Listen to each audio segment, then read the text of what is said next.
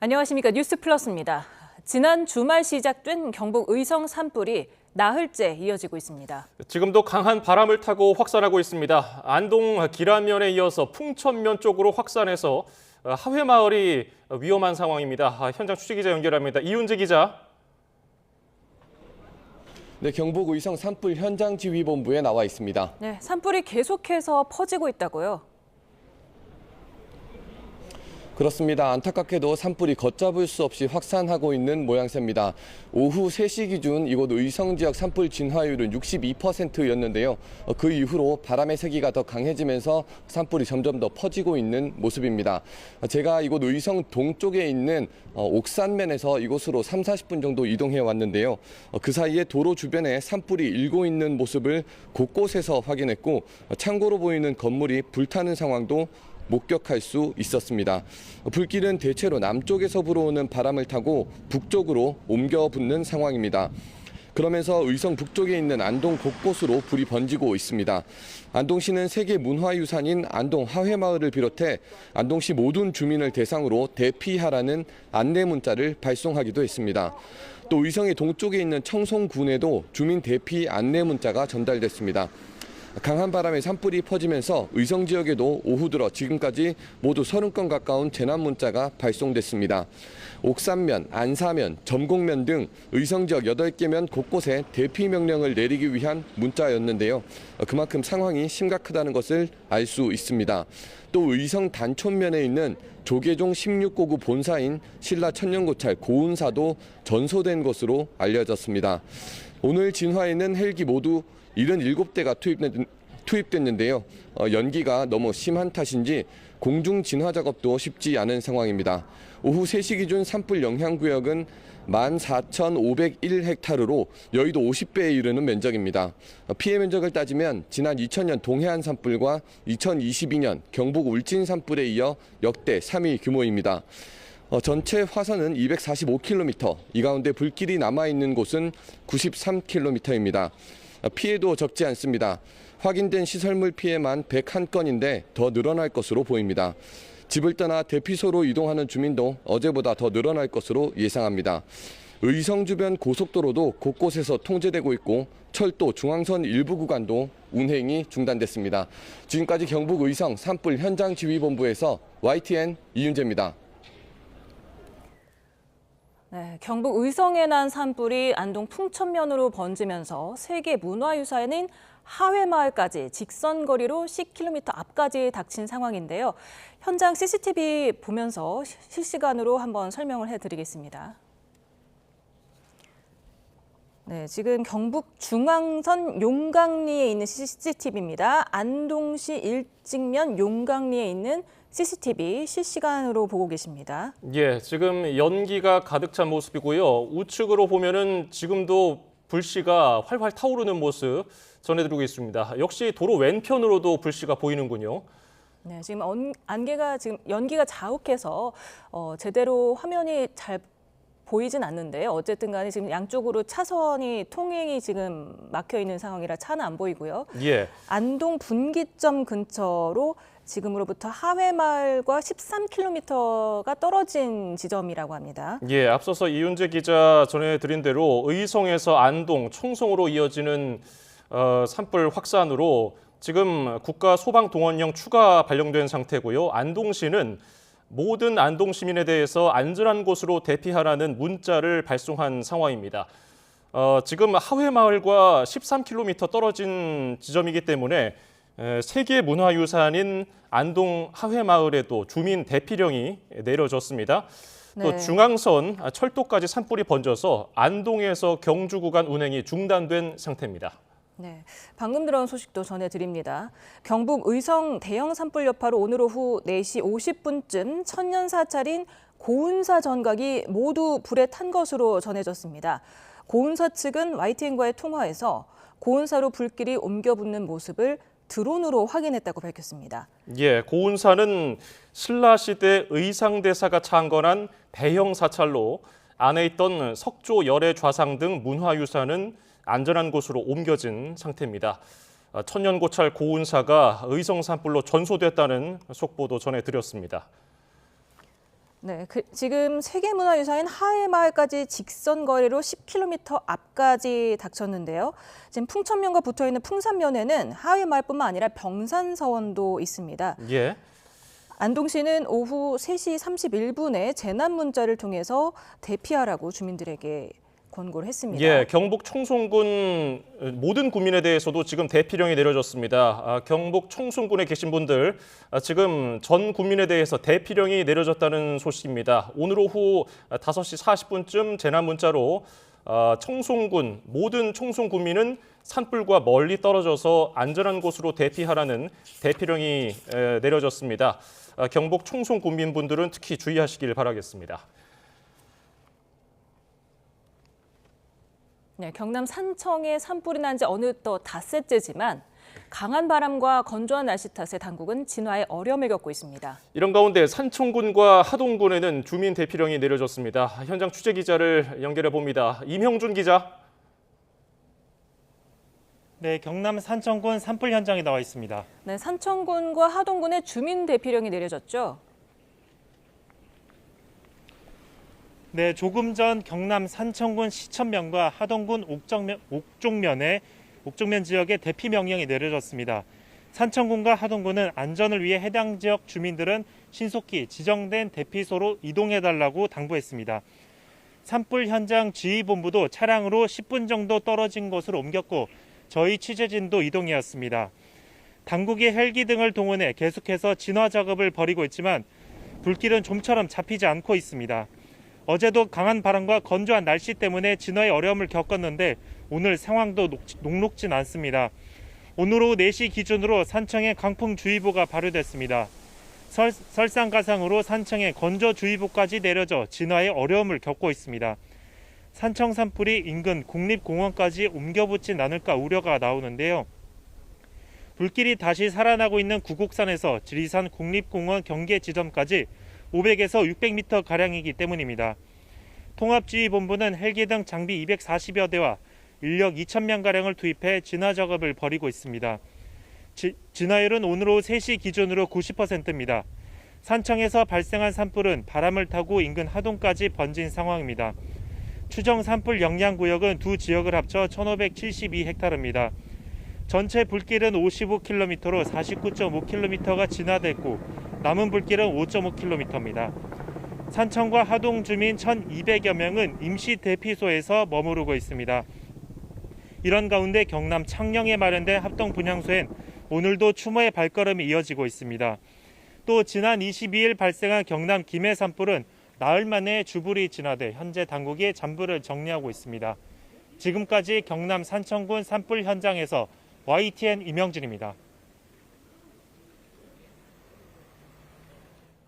네, 지금 전북 고창에 있는 야산에서도 불이 발생했습니다. 계속해서 강한 바람으로 인근 정읍시까지 번지는 상황입니다. 예. 자, 지금 전북 고창에 있는 야산에서도 불이 발생했다는 소식입니다. 조금 전까지는 저희가 경북 그리고 경남 지역에 대해서 소식을 전해드렸는데 이번에는 전북 지역 피해 상황입니다. 주민들이 대피를 해서 다친 사람은 없지만은 주택과 창고 등 15동이 불에 탔다는 소식입니다. 보다 자세한 내용은 현장에 나가 있는 취재 기자를 연결해서 알아봅니다. 윤지아 기자. 네, 전북 정읍시 산불 현장에 나와 있습니다. 네, 지금 뒤로도 연기 가득해 보이는데 현장 상황 설명해 주시죠. 네, 제 뒤로는 희뿌연 연기가 가득합니다. 계속해서 재도 날리고 있는데요. 보시는 것처럼 아직 불길이 완전히 잡히지는 않은 상황입니다. 황사와 미세먼지 등이 뒤섞여서 시야 확보가 어려운 상황이기도 합니다. 네, 불이 난 거는 오늘 오후 2시 15분쯤입니다. 전북 고창의 한 야산에서 발생한 불이 강한 바람을 타고 인근 정읍으로 번진 건데요. 산불 발생 당시 전북 14개 모든 시군에는 강풍주의보가 내려져 있었습니다. 건조한 날씨에 바람까지 강하게 불면서 산불이 계속해서 번졌습니다. 소방은 진화차 등 장비 31대와 헬기 5대 등을 동원해 큰 불길을 잡았습니다. 소방당국은 불이 난 지 1시간 50분 만인 오후 4시 5분에 대응 1단계를 발령했는데요. 조금 전 5시 10분에 초진이 완료됐고 5시 24분에 대응 1단계가 해제됐습니다. 현재까지 인명피해는 없지만 불길이 확산하면서 정읍시 금동마을의 집과 창고 등 15동이 불에 탔습니다. 처음 산불이 발생한 고창 지역 일대에는 당시 초속 7.6m의 강한 바람이 불고 있었다고 소방당국은 전했습니다. 어르신들이 주로 대피한 것으로 알려졌는데 현재 마을 교회에 머물면서 수습 상황을 지켜보고 있는 것으로 알려졌습니다. 지금까지 전북 정읍시 산불 현장에서 YTN 윤지아입니다. 지난 23일 산불이나 40여 헥타르 산림을 태우고 8시간 만에 진화됐던 충북 옥천군 조천리 야산에서 산불이 다시 발생했습니다. 오늘 오후 3시 반쯤 옥천군 조천리에서 진화됐던 산불이 다시 발생했습니다. 잔불 정리를 위해 대기하던 현장 대원과 장비 등을 투입해 불을 끄고 있지만 강풍으로 진화에 어려움을 겪고 있습니다. 오늘 오후 3시쯤 대전 용산동의 공사 현장에서 강풍으로 타워 크레인 상부가 도로 위로 떨어졌습니다. 이 사고로 근처에 있던 40대 작업자가 놀라 넘어지면서 머리를 다쳐 병원으로 옮겨졌습니다. 앞서 오후 2시 반쯤에는 충남 아산 배방읍 아파트 공사 현장에서 줄에 의존해서 작업하던 작업자가 150m 높이에서 심정지 상태로 발견됐습니다. 강풍주의보가 내려진 대전과 충남에서는 태양광 패널이 날아가고 간판이 떨어지는 등 50건이 넘는 강풍 피해 신고가 접수됐습니다.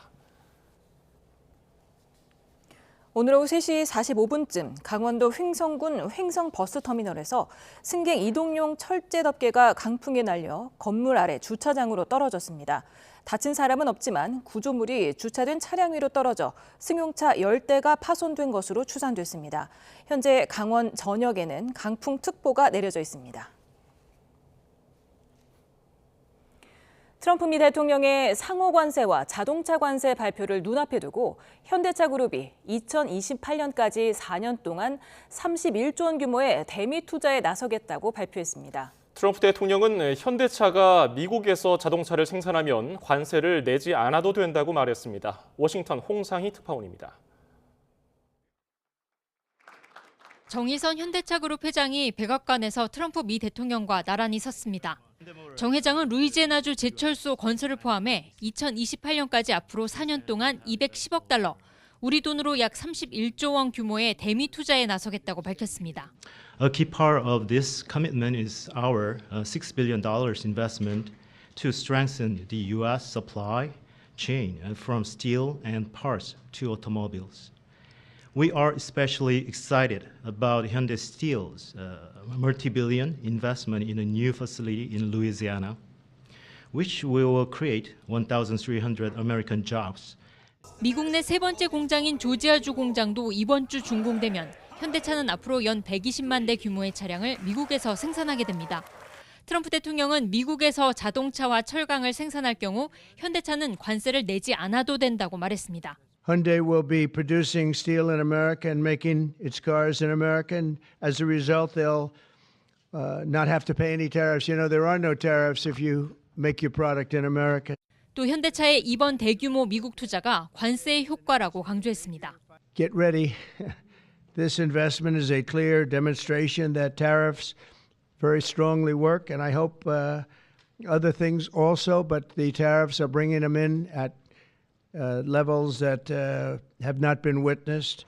상호관세 발표 직전 현대차가 대미 투자 발표에 나선 건 미국에서의 생산 확대로 트럼프 2기 행정부의 관세 전쟁을 돌파하기 위한 전략으로 풀이됩니다. 트럼프 대통령은 앞으로 며칠 내에 자동차와 반도체 관세도 발표할 것이라면서도 오는 4월 2일 상호관세를 발표할 때 일부 국가와 일부 품목은 포함하지 않을 수도 있다며 여지를 남겼습니다. 트럼프 대통령이 미국 제조업의 부활을 위해 관세 정책을 강하게 추진하면서도 유연성도 강조하고 있어 우리 기업의 대미 투자 정도에 따라 관세 유예나 조정이 가능하다는 전망이 나오고 있습니다. 워싱턴에서 YTN 홍상입니다.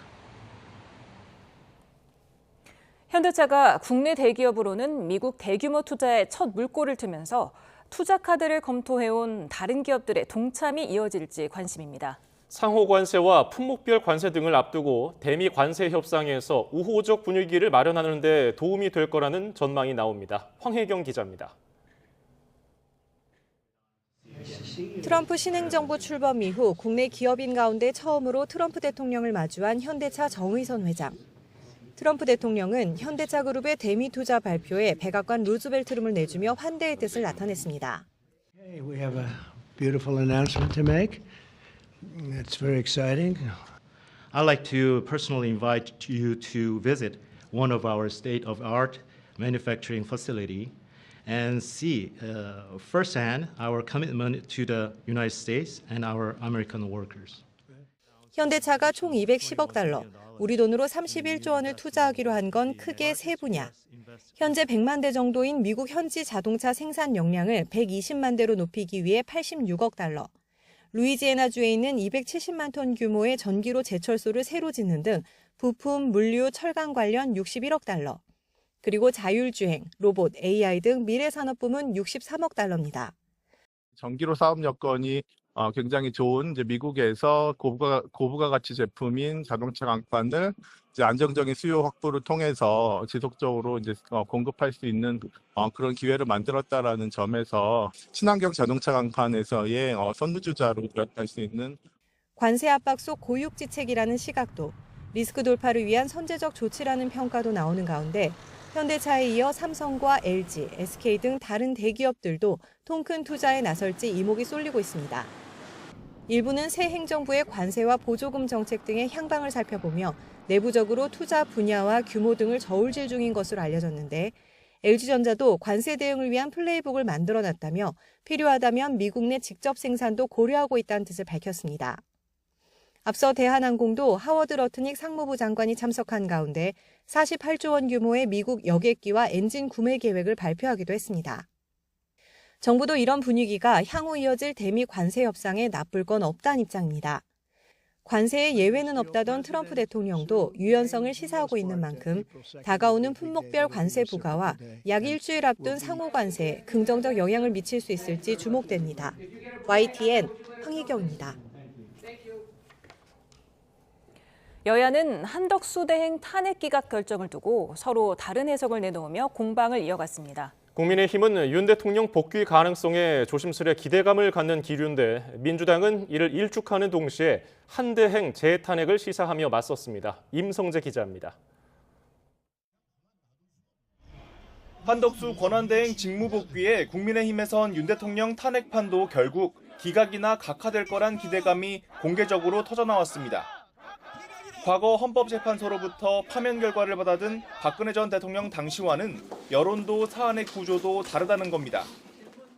헌법재판의 구조가 과거의 박근혜 대통령과 다른 점, 사안 자체도 다른 점 이런 것 등을 종합해서 고려해 볼 때 저 개인적인 판단으로는 기각 가능성이 있다.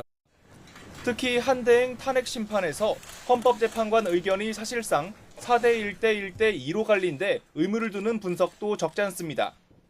각 헌법재판관이 개별 판단을 하며 애초 가장 걱정했던 헌재의 만장일치 탄핵 인용은 없을 거란 논리입니다. 물론 한대행 선고와 윤 대통령 탄핵 심판은 직접적인 연관성이 없다며 섣부른 추측을 경계하는 신중론도 여전합니다. 반면 민주당은 이틀째 서울 광화문 천막당사에서 회의를 이어가며 헌재를 향한 고강도 압박을 이어갔습니다. 윤 대통령 선고가 늦어지는 배경에 보이지 않는 손이 작용한 건 아닌지 의심된다며 헌재는 윤 대통령 파면이란 책무를 다하라 목소리를 높였습니다. 헌법재판소는 윤석열 탄핵심판 선고를 즉시 내려야 합니다. 한덕수 총리 선고도 끝난 만큼 헌재가 내란 속에 윤석열 선고를 미룰 이유가 사라졌습니다. 거듭 신속한 파면 선고를 촉구한 건데 이를 위한 국회 차원의 결의안도 소관 상임위 심사 뒤 정식 채택까지 속전속결로 진행한다는 계획입니다. 여당을 겨냥해선 되려 한대행 사건에서 유추해보건대 헌법재판관 6명은 위헌적 내란 행위가 있었다는 전제 아래 판단을 내린 거라고 반대 분석을 내놨습니다. 또 직무에 복귀한 한대행에겐 마은혁 헌법재판관 후보자를 임명하지 않으면 파면 사유에 해당한다며 재탄핵 가능성도 열어뒀습니다. 마찬가지 이유로 탄핵 소추 대상이 된 추상목 부총리에도 탄핵 방침을 유지했는데 여당은 우의장이라도 나서서 민주당의 탄핵 폭거를 막아야 한다고 반발했습니다. 주요 선고 결과에 따라 여야의 전국 대응 전략도 달라지게 되는데 일단 이재명 대표 2심 선고 결과가 전국 주도권 다툼의 분기점이 될 거란 전망입니다. YTN 임성재입니다. 한덕수 대통령 권한대행은 윤석열 대통령 탄핵 심판 결정이 어떻게 나오더라도 법적 판단으로 존중돼야 한다고 말했습니다. 또 집회와 시위의 자유는 헌법과 법률에 따라 평화적으로 행사돼야 한다며 사회 질서를 파괴하는 행위는 현행범 체포가 원칙이라고 경고했습니다. 들어보시겠습니다. 우리 국민 모두가 큰 관심과 걱정 속에서 헌법재판소의 결정을 기다리고 있습니다. 결정이 임박해지며 광장과 거리에서는 다양한 목소리가 분출되고 있습니다. 집회, 시위 과정에서 불법적이거나 폭력적인 행위가 발생할 우려도 더욱 커지고 있습니다. 특히 시설 파괴, 폭행, 방화 등 공권력에 도전하거나 공공안녕과 사회 질서를 파괴하는 행위에 대해서는 현행범 체포 원칙으로 단호히 조치하고 철저히 수사하겠습니다. 대한민국은 분열과 대립에서 안정과 통합으로 가야 하는 중대한 기로에 있습니다. 헌법재판소의 결정이 어떤 결과로 귀결되더라도 그것은 민주적 절차를 거쳐 내려진 법적 판단으로 존중되어야 합니다. 윤석열 대통령 탄핵 심판 변론 종결 이후 한 달째 평일을 이어가는 헌법재판소가 모레 이번 달 정기 선고를 진행합니다. 헌재는 모레 오전 10시 대심판정에서 권리구제나 위헌심사형 헌법소원 10건과 기소유예 처분 취소 헌법소원 30건을 선고합니다. 헌재는 통상 매월 마지막 주 목요일에 헌법소원과 위헌법률 심판 등 일반 사건에 대한 정기 선고를 진행해왔습니다. 네, 오늘의 전국 상황 두 분과 짚어보겠습니다. 홍석준 국민의힘 전 의원, 김병욱 더불어민주당 전 의원 나오셨습니다. 어서 오세요. 네, 안녕하세요.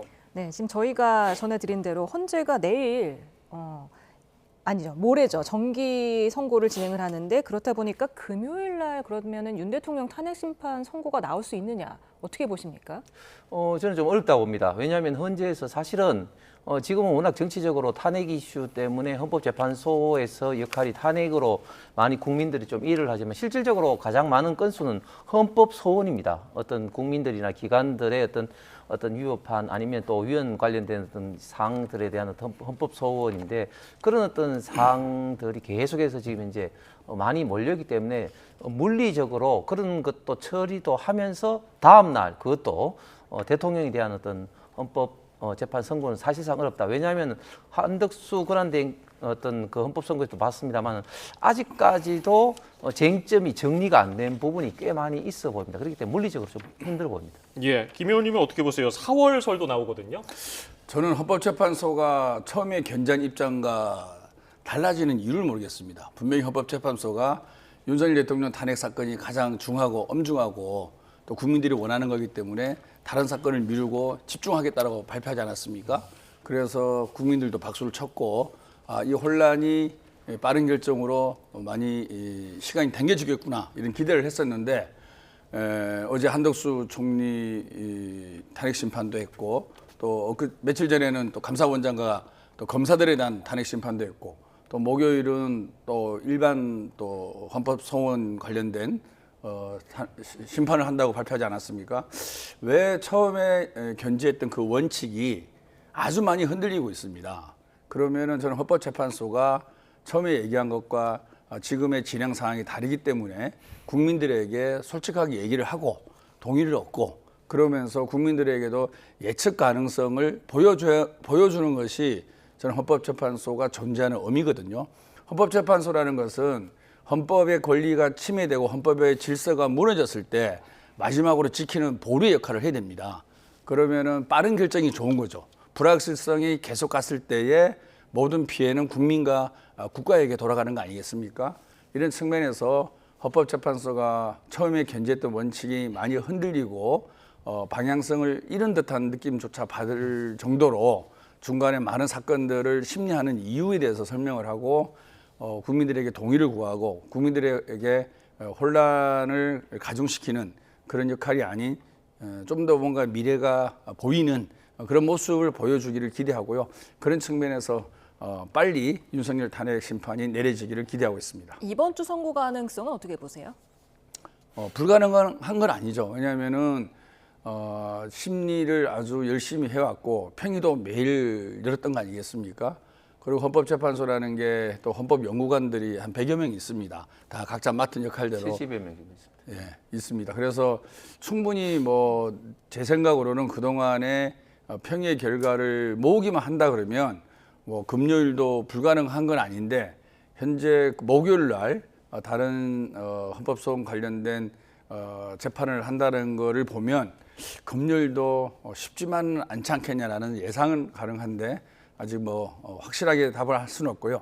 중요한 것은 헌법재판소가 윤석열 탄핵 심판이라는 엄중한 사건에 대해서 빨리 결정을 내려서 혼란을 잠재우는 헌법재판소의 고유 역할에 매진해달라 그런 말씀 꼭 드리고 싶습니다. 네, 어제 한덕수 총리 탄핵 기각에 대해서는 여야가 각자 아전인수식으로 좀 해석을 하는 것 같아요. 네, 한덕수 권한대행 총리 대해서 뭐 탄핵 기각이 7대1로 압도적인 스코어로 됐죠. 저도 뭐 많은 법률 전문가처럼 뭐 예상을 했습니다만 결국은 헌법재판소의 결정이 지극히 법리적으로 상식적일 수밖에 없었다. 그리고 그 결과적으로 지금 민주당이 이렇게 탄핵 폭주를 하는 것이 굉장히 좀 잘못됐다. 그런 것들이 이제 입증이 된 것이죠.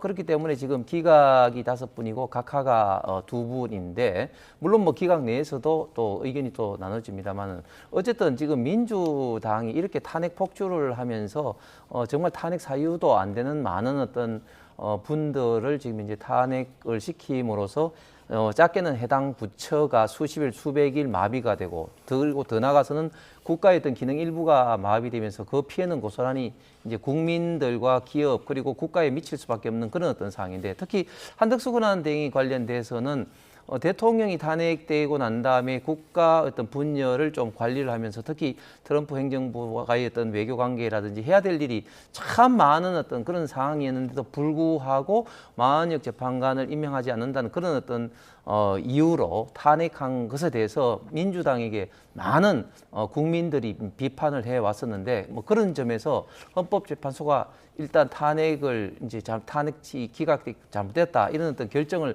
내린 것에 대해서 저는 민주당도 당연히 좀 반성도 하고 거기 좀 성찰을 좀 해야 될 것 같은데 여기에 대해서는 민주당이 이런 어떤 방구 한마디 없다, 사과 한마디 없다. 저는 이런 것들이 너무 본인들의 어떤 권한만 남용하면서 국가에 미치는 피해는 너무 무관심한 게 아닌가 이런 좀 생각도 듭니다. 사과하지 않는다는 비판에 대해서는 어떻게 생각하십니까? 그렇게 보시면 됩니다. 윤석열 대통령이 비상겸했을 때에 언급했던 탄핵과 한덕수 총리 탄핵은 다른 거죠. 한덕수 총리 탄핵은 비상겸 이후에 저희가 탄핵 소추를 한 거고요. 윤석열 대통령이 얘기하는 소위 출탄핵은 비상겸 전 아니겠습니까? 그래서 그거는 좀 다르다는 말씀을 드리고 저희 당 입장에서도 답답한 측면이 많습니다. 국회에서 많은 일을 할 수 있을 것처럼 보이지만 실질적으로 국회에서 과반수의 의결을 통해서 법안을 통과시켜도 대통령이 거부하면 통과 안 되지 않습니까? 그리고 인사청문을 통해서 많은 잘못과 능력 없음이 드러나도 대통령이 인사권을 행사하면 그분은 장관이 됩니다. 그리고 국회에서 예산도 정부가 편성을 하고 국회에서는 삭감할 권리만 있고 증액을 하려면 정부의 또 협조를 동의를 얻어야 됩니다. 이 모든 것들이 국회에서의 다수당이지만 실제로 결정을 하고 집행을 해 나가기 위해서는 대통령이 동의하지 않으면 가능한 일이 그렇게 많지 않다는 사실을 우리 국민들이 좀 이해를 해주시면 좋겠습니다. 다수 야당이라는 것이 언론의 상으로서는 이런저런 어떤 그 고난이 있는 것 같지만 실제로 국민들에게 다가서는 집행에 있어서는 최종적으로는 대통령이 결정하는 겁니다. 그러면 야당이 정부와 대통령을 어떻게 견제할 것인가? 그게 탄핵이라는 하나의 수단이 있는 겁니다. 그런데 저는 이번에 한덕수 총리 탄핵에서 탄핵 결론에 대해서 헌법재판소 결론을 존중하지만 좀 아쉬운 부분은 법에는 헌법과 법률을 위배했을 때 해당되는 공무원은 탄핵의 대상이 되는 겁니다. 그런데 이번 헌법재판소의 내용을 보면은 국민의 신임을 배반한 경우에 해당한다고 볼 수 없다. 이런 중대성을 되게 강조를 한 문구들이 많이 나옵니다. 국민이 직접 뽑은 대통령을 탄핵 심판했을 때는 국민의 신임이랄까 중대성의 원칙이 더 강화될 필요가 있지만 이런 임명직 공무원에 대해서까지도 중대성을 확대 해석을 한다고 했을 때 탄핵이라는 부분이 과연 어떤 법률적으로 정치적으로 효과가 있을 것인가라는 부분에 대해서도 좀 고민을 해볼 시점이 됐다 생각을 하고요. 그리고 지난번에 헌법재판소에서 마은혁 재판관에 대해서 임명하지 않았을 때, 국무총리가 임명하지 않았을 때에 국회의장이 권한쟁의를 청구해서 결국 헌법재판소에서 위원이니까 임명하라고 결론 내리지 않았습니까? 근데 이번 헌법재판소의 결론을 내린 재판관 중에 한 명은 또 이것도 기각 의견을 냈어요. 어떻게 보면 자기 모순적인 의사결정을 내린 측면도 분명히 있습니다. 그래서 이번 헌법재판소 결론을 존중을 하되 디테일하게 따져보면 저희가 또 고민할 부분도 많고 특히 즉시 상당 기간 뭐 지체 없이 뭐 이런 기간에 대해서 어느 정도까지 그걸 하는 것이 이것을 권한을 넘어선 것인가 이런 부분에서도 좀 고민할 부분이 많다고 봅니다. 네, 지금 재판관들의 결정문에서 정파성이 드러났다 이런 분석도 있던데요. 동의하십니까? 저는 뭐 정파성이 드러났다기보다는 본인들의 가치관과 그리고 지향점이 무엇인지 법적인 어떤 본인이 중요시 여기게 되는 어떤 그런 부분이 무엇인지에 대해서는 분명히 드러났다고 봅니다. 예를 들면 각하 결정을 한 정영식 조한창 재판관 같은 경우는 사실은 어떤 정족수 문제에 대해서 이게 각하 결정을 내렸습니다. 왜냐하면 이것은 사실 법을 공부한 사람들이라면 뭐 저도 허영 교수님 책에서 그런 것을 봤지만 권한 대행은 당연히 대통령의 어떤 정족수를 따른다 그런 것들이 일반적인 어떤 이야기고 특히 헌법재판소 주석서에도 그런 문구가 명시적으로 되어 있습니다. 그런 부분에 대해서 원칙 그리고 절차적인 측면을 좀 강조했다. 그 다음에 또 김복형 재판관 같은 경우는 그 기각 결정을 내렸는데 그 기각 결정을 이제 내리면서 심지어 이 마은혁 재판관에 대해서 임명을 하지 않은 것 자체가 위법이 아니다. 즉 임명권에는 어떤 재량이 있고 그 재량에는 시간적인 재량이기 때문에 즉시 임명하지 않는다고 해서 그게 위법이 아니다. 그런 어떤 결정을 내렸습니다. 그래서 그런 어떤 결정 속에 각각의 어떤 재판관들이 어떤 것을 지향하는지 무엇을 더 중요시 여기는지 좀 더 명확해졌다. 또 그 반면에 정계선 재판관 같은 경우는 사실은 보면 조금 납득할 수 없는 이유로 이제 인용 결정을 내렸는데 이런 것들이 앞으로 윤석열 대통령 탄핵 심판까지 이어질 것이냐 이런 어떤 게 좀 관심이 있습니다만 어쨌든 이 재판관들 생각에 좀 일단은 분명히 좀 보응한 것 같습니다. 예, 윤 대통령 사건도 역시 만장일치가 어려울 것이라는 여당 분석에 대해서는 어떻게 보십니까? 네, 먼저 그 정파성 얘기를 좀 드리고 싶은데요. 저는 조홍천 의원이 왜 정계선 재판관에 대해서만 정파성 얘기를 하는지 묻지 않을 수 없습니다. 그리고 원래 헌법재판소는 재판관별로 정파성이 있을 수 있습니다.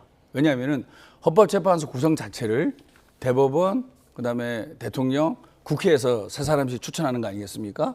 추천해서 대통령이 임명하는 겁니다.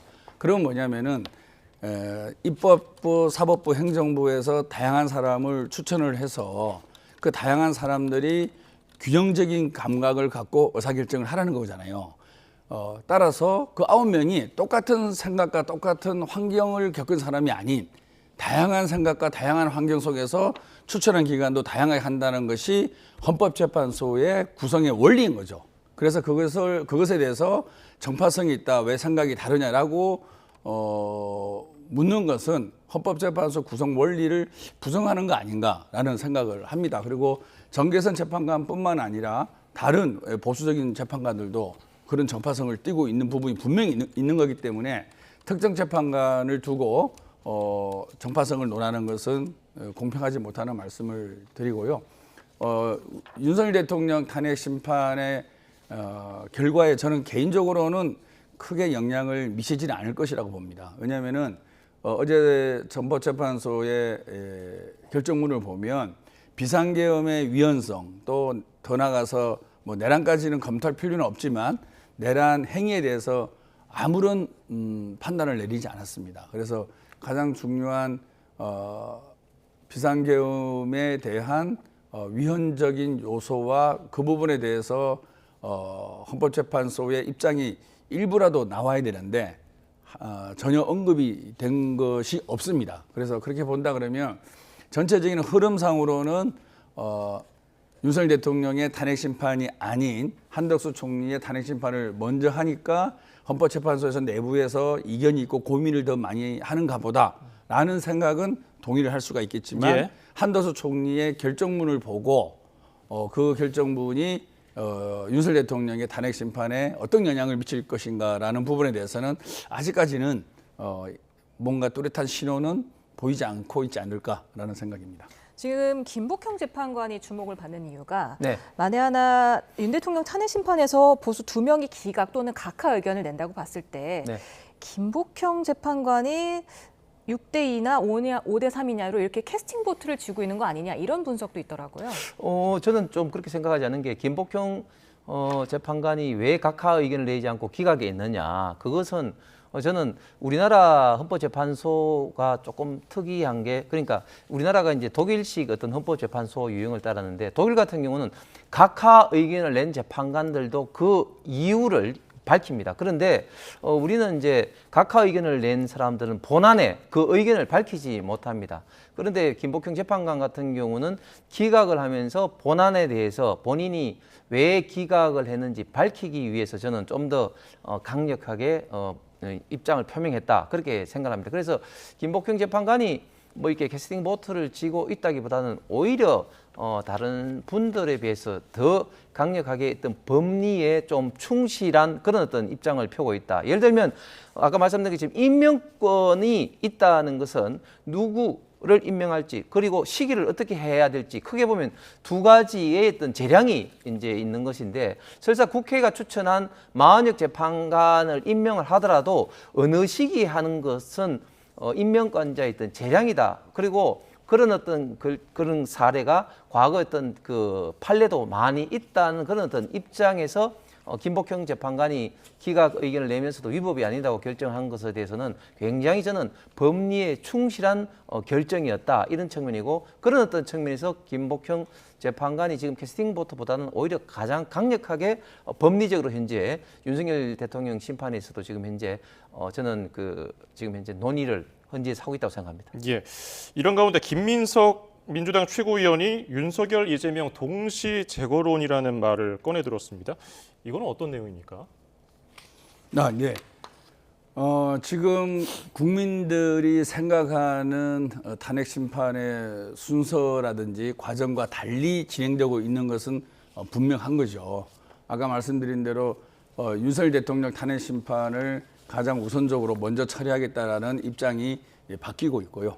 그리고 모든 국민이 이재명 대표의 공직선거법 항소심 이전에 윤석열 대통령 탄핵 심판 결과가 나올 거라고 예상을 했습니다. 빠르면 3월 초까지 얘기했고 늦어도 3월 14일 이런 얘기가 나왔습니다. 그렇지만 내일 이제 26일이 이재명 대표 항소심인데요. 항소심 결과가 먼저 나오고 윤석열 탄핵 심판이 뒤로 밀리게 되는 이런 현상들이 빚어지고 있습니다. 그리고 사실 이 박근혜 대통령과 완전히 질적으로 다른 탄핵 심판 아니겠습니까? 전 국민이 헌법과 법률을 위반한 비상계엄과 그다음에 계엄군을 동원해서 국회와 선관위를 침탈한 모습을 생방송으로 봤고 전 세계에 생중계가 된 그런 엄중한 사건입니다.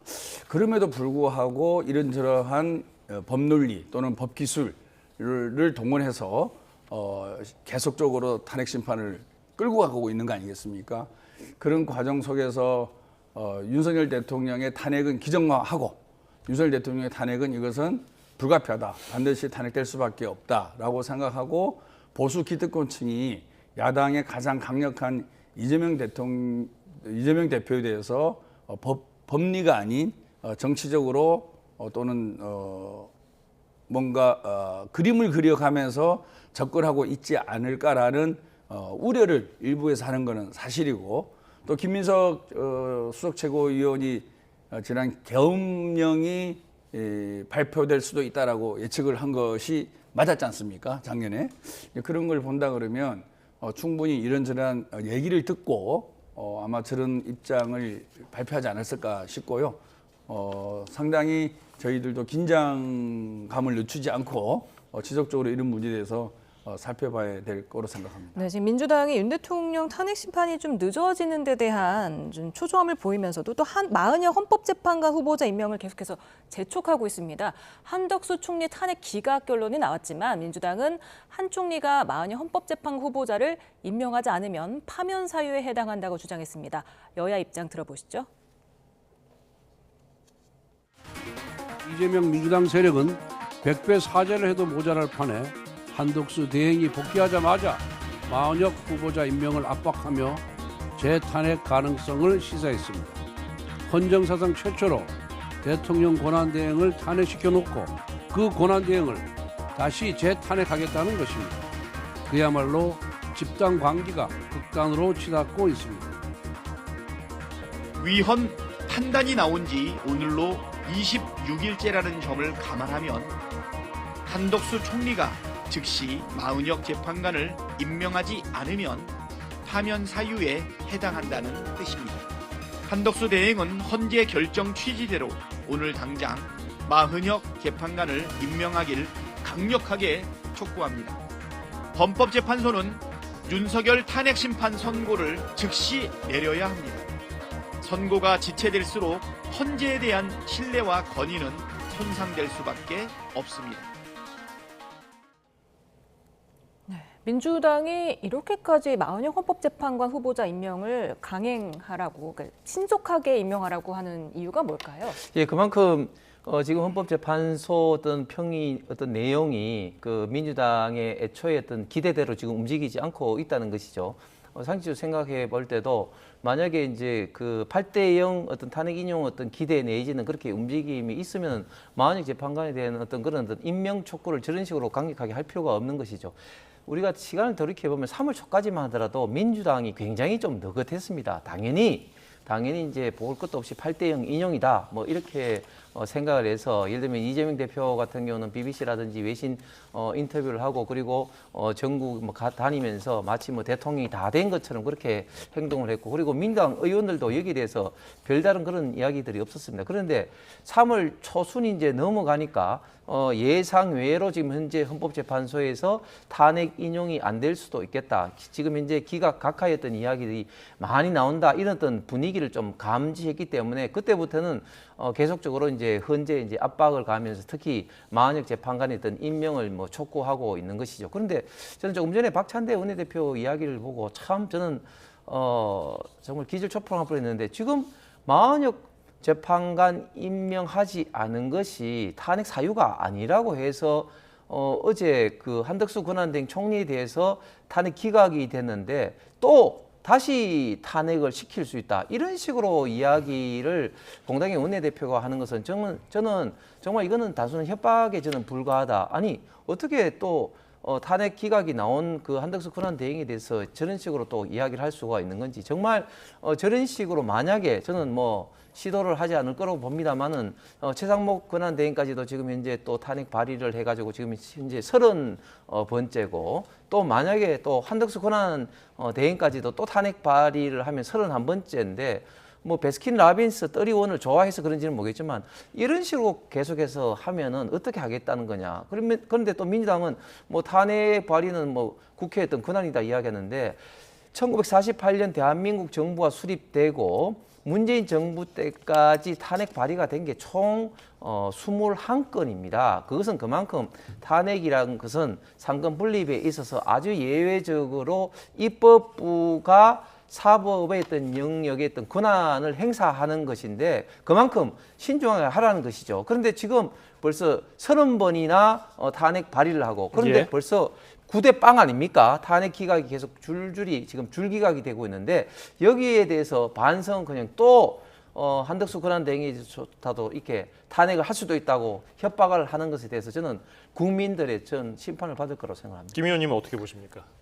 네, 헌법재판소 재판관 중에서 4분인가 이 헌법재판관의 임명을 지연하는 것이 잘못됐다라는 판결을 내렸고요.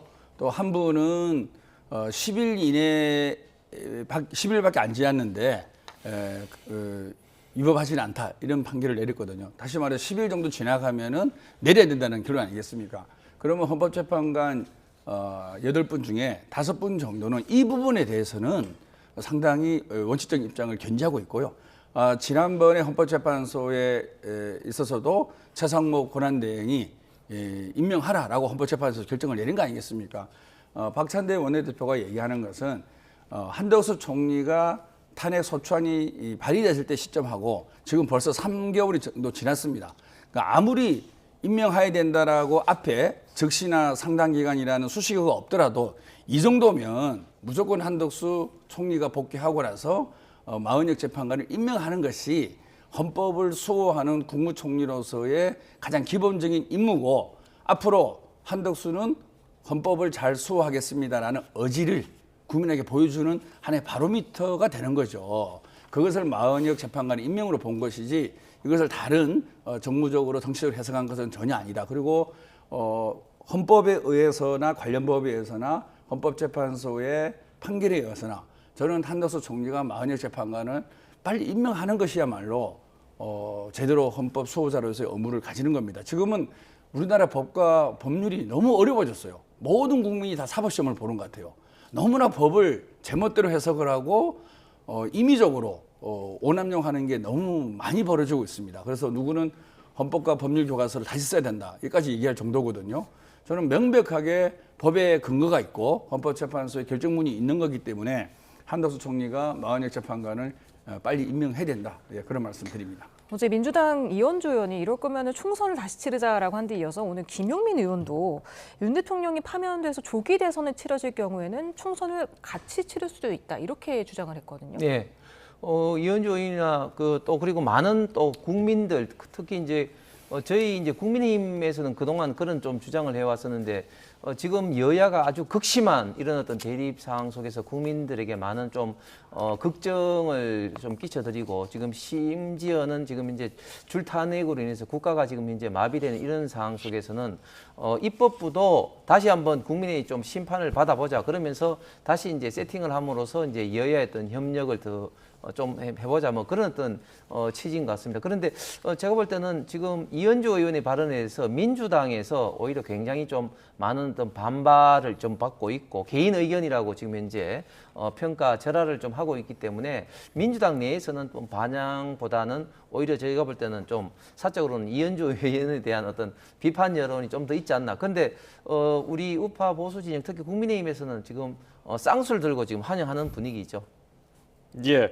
말씀하신 대로 여당 일부 인사들은 이 의원 총사퇴에 대해서 환영한다는 입장도 냈거든요. 어떻게 보십니까? 지금 윤석열 대통령 탄핵 심판이 끝나지 않았는데 의원 총사퇴를 얘기하는 것은 저는 조금 맞지 않다 생각합니다. 지금은 대한민국이 지금 많이 어지럽고 앞으로의 항로를 어떻게 갈지 혼란을 겪고 있는 거 아니겠습니까? 이 와중에 다시 의원직을 다 총사퇴하고 선거를 치르자라고 얘기하는 것은 입법부로서는 되게 무책임한 말이 될 수도 있는 거죠. 그래서 일단은 지금 우선적으로는 윤석열 대통령 탄핵 심판이 제대로 결정이 날 수 있게끔 입법부에서 힘을 모아서 이 문제를 다 해결한 이후에 머리를 맞대고 우리가 어떻게 앞으로 해나가면 좋겠냐는 길을 열어야 된다고 생각하고요. 이현주 의원이나 김용민 의원의 기본 생각은 입법부로서의 국회의원으로서의 책임감의 발로죠. 정말 나라가 이 모양 이 꼴로 돼 있는데 국회의원 배지 달고 있는 것이 무슨 의미가 있고 이것들이 어떤 의미를 가질 것인가라는 자책도 하고 또 우리가 뭔가 대한민국의 미래를 위해서 책임 있는 국회의원의 모습을 보여줘야 되는데 현재 아무리 힘이 없고 헌법재판소와 사법부가 모든 것을 다 결정하는 그런 대한민국의 정치 구조가 돼버린 거죠. 정치의 사법화가 너무 심해지다 보니까 국회의원으로서의 자괴감 그리고 책임감, 이 책임감을 살려야 되겠다. 그런 측면에서 나온 얘기라고 해석하고 싶습니다. 네, 방금 들은 속보 하나 전해드리고 계속해서 얘기 이어가겠습니다. 네, 지금 경북 의성 산불 여파가 고속도로까지 번지면서 의성 일대 고속도로가 모두 차단됐다는 소식이 들어왔습니다. 예, 중간고속도로 의성 나들목에서 예천 나들목 그리고 서산 영덕 고속도로 서의성에서 영덕 나들목도 역시 전면 차단됐다는 소식이고요. 관련 소식은 이어지는 뉴스에서 추가로 전해드리겠습니다. 네, 지금 일단은 이번 주가 슈퍼 사법 위크라고 불리는 이유가 또 내일 이재명 대표 공직선거법 항소심이 오후 2시에 있잖아요. 네. 어떻게 예상하십니까? 예, 저는 이재명 대표가 지금 워낙 많은 어떤 사법 이슈가 있어서 국민들이 뭐 사실은 잘 뭐 이해도 못하실 거고 또 이해하고 싶지도 않으실 것 같은데 일단 크게 보면 뭐 대장 등을 비롯한 어떤 건이 있고 또 대북 불법 송금 건도 있고 또 위정교사 건도 있습니다만 가장 그래도 지금 이제 그 속도가 지금 빨리 나가는 편이 이제 공직선거법 관련입니다. 공직선거법도 그래도 1심만 하더라도 2년 2개월이 걸렸죠. 지금 항소심은 그나마 그래도 법이 정한 633 원칙을 맞추기 위해서 4개월째 이제 선고를 할 예정에 있는데 저는 1심과 그렇게 다르지 않을 거다. 1심에서 결국은 이제 백현동 사건과 그리고 이제 김문기 처장을 모른다는 두 가지 이슈에 대해서 일단 백현동 관련해서 관련된 이제 식품연구원의 이제 부지 이제 소유자 그리고 성남시 관계자들이 이제 나와서 정언을 하면서 이 그 부지의 종 상향, 즉 종을 그때 무려 4단계나 상향을 했는데 이 상향이 국토부의 협박 때문에 아니었다는 것을 이제 정언을 좀 했고 그리고 김문기 처장을 모른다는 부분에 대해서도 결코 이재명 대표에게 유리하게 좀 진행을 하지 않았습니다. 그렇기 때문에 1심에서 있던 징역형 1년과 이제 집행유예 2년이 나왔는데 이 징역형이 이제 유지될지는 모르겠지만 그러나 최소한 100만 원 이상의 당선 무효용은 확실히 선고될 수밖에 없다. 그리고 1심과 유사한 징역형으로 될 가능성도 저는 굉장히 이제 많이 보입니다. 그렇게 되면 이재명 대표의 어떤 항소심 결정 이후에 민주당의 어떤 지지자들 특히 어떤 대선 후보로서 지금 현재 민주당에서는 이재명 대표만 사실상 유일무이한 상태인데 굉장히 이재명 대표로 계속해서 가도 되느냐 하는 어떤 걱정과 그리고 다른 어떤 주자들 간의 어떤 갈등이 굉장히 저는 폭발할 가능성이 있다고 봅니다. 예, 내일 2심 어떻게 전망하십니까? 네, 저희는 뭐 이재명 대표 본인도 그렇고 무죄를 확신하고 있습니다. 원래 공직선거법이라는 게 당선자를 규제하는 법입니다. 불법으로 당선된 사람에게 앞으로 불법으로 당선되면 당선 무효용이 생기니까 조심해서 그리고 법을 지키면서 선거운동 하라는 취지거든요. 낙선자에게 공직선거법을 적용해서 피선거권을 박탈하는 경우는 아주 예외적입니다. 제가 기억하기로는 허경영 후보 정도만 해당이 됐었고 거의 해당이 되지 않고 있습니다. 그리고 잘 생각해 보십시오. 그러면은 대통령이 당선된 사람은 공직선거법을 위반해서 당선되면은 소추가 되지가 않습니다. 내란과 외환의 죄를 제외하고는 소추되지 않는 게 대통령이죠. 그러면 낙선된 사람은 기소가 됩니다. 이것을 어떻게 바라볼 것인가 라는 본질적인 물음이 있는 거고요. 두 번째는 허위사실 공표라는 것을 공표죄에 대해서 논란이 많이 있습니다. 타인의 낙선을 위해서 의도적으로 허위사실을 공표하는 것은 중한죄를 받는데 본인의 입장을 얘기하기 위해서 약간의 표현에 부적절성이 있다라는 것으로 인해서 공직선거법을 적용하는 것도 아마 우리 홍 의원님도 잘 아실 겁니다. 약간의 아주 논란이 많이 있습니다. 그런 측면을 먼저 말씀을 드리고요.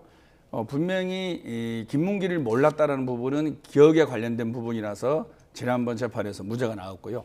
골프 부분은 이재명 대표가 골프를 쳤다 안 쳤다라고 얘기한 적이 없습니다. 다만 사진이 8명이 있는데 4명만 조작해서 발표를 하고 마치 골프를 친 것처럼 몰아간 거죠. 그래서 그거는 이재명 대표의 발언이 없었기 때문에 당연히 무죄가 될 것이고요. 국토부로부터 공문을 받아서 백현동 부지의 용도를 상향한 부분에 대해서도 정부의 공문이 오면 지방자치단체는 압력을 받을 수밖에 없습니다. 그래서 이재명 대표도 그 압력이라는 부분을 과하게 표현했다고 인정한 경우도 있었는데 그런 표현에 약간의 경중을 갖고 대통령 후보의 피선거권을 박탈하는 거로 저는 선고를 내리지 않을 거라고 생각합니다. 그래서 이 부분에 대해서는 많은 전문가들도 논란의 여지가 상당히 많은 그리고 법리적으로 다툼이 여지가 있는 부분이 상당히 많이 있고 본인이 직접 발언하지 않은 부분을 갖고 기소를 한 부분 아니겠습니까? 그래서 공소장이 변경되기도 했습니다. 재판부의 명령에 의해서 검찰에게 공소장을 변경해달라. 왜냐? 명확하게 무엇을 기소하겠다는 것이 부족했기 때문에 공소장 변경이 생기거든요. 공소장 변경은 검찰에 불리한 사안입니다. 그래서 저는 무죄를 확신하고 있습니다. 오늘 말씀 여기까지 듣겠습니다. 홍석준 국민의힘 전 의원, 김병욱 더불어민주당 전 의원이었습니다. 감사합니다. 감사합니다.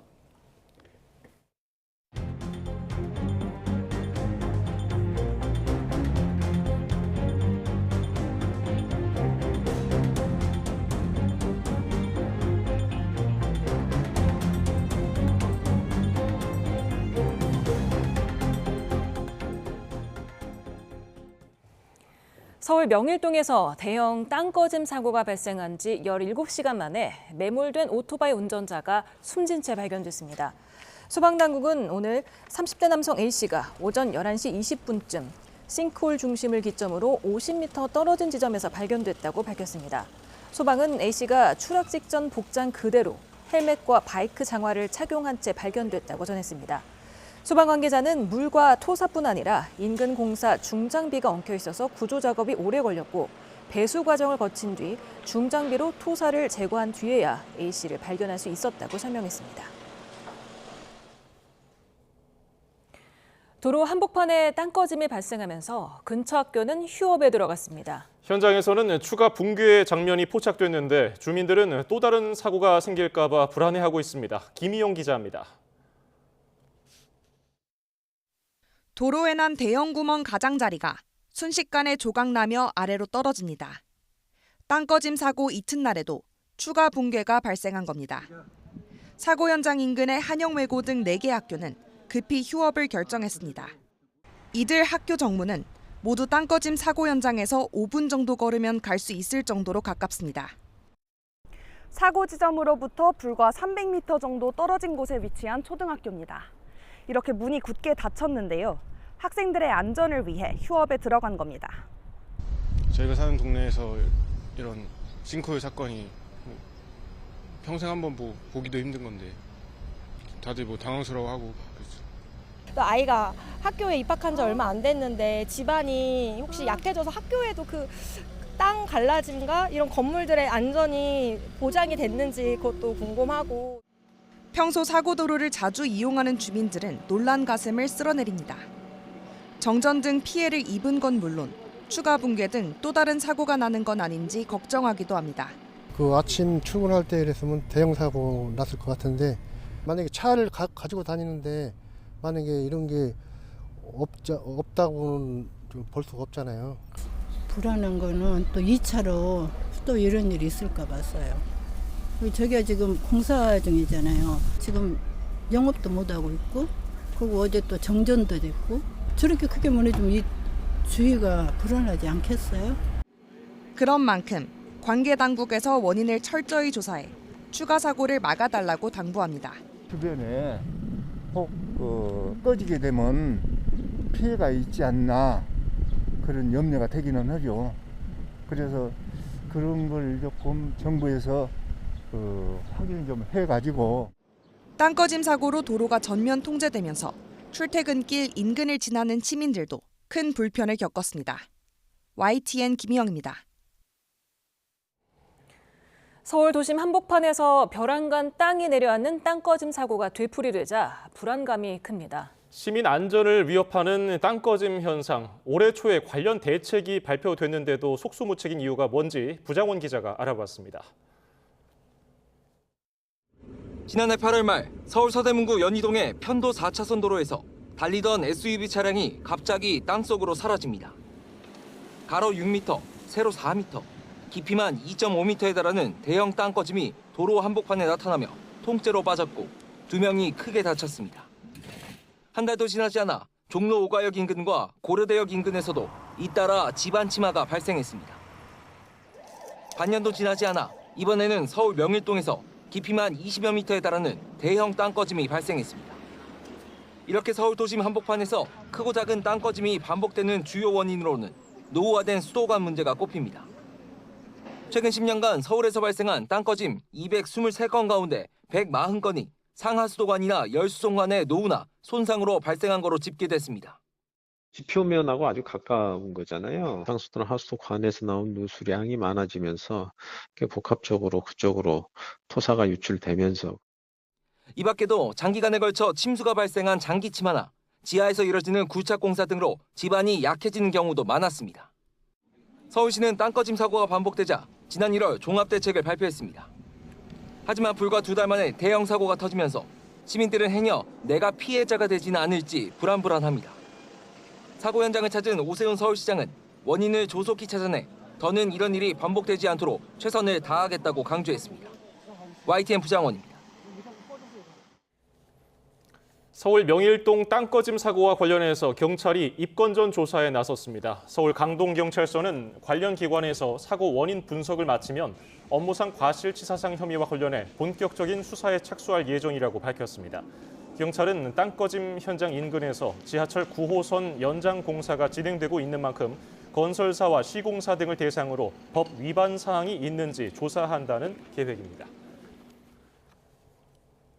월드컵 11회 연속 본선 진출에 도전하는 축구대표팀이 잠시 뒤 요르단전을 치릅니다. 조 1위를 사수하기 위해서는 승점 3점이 꼭 필요한데 주요 선수들이 부상으로 경기에 나올 수가 없어서 긴장감이 커지고 있습니다.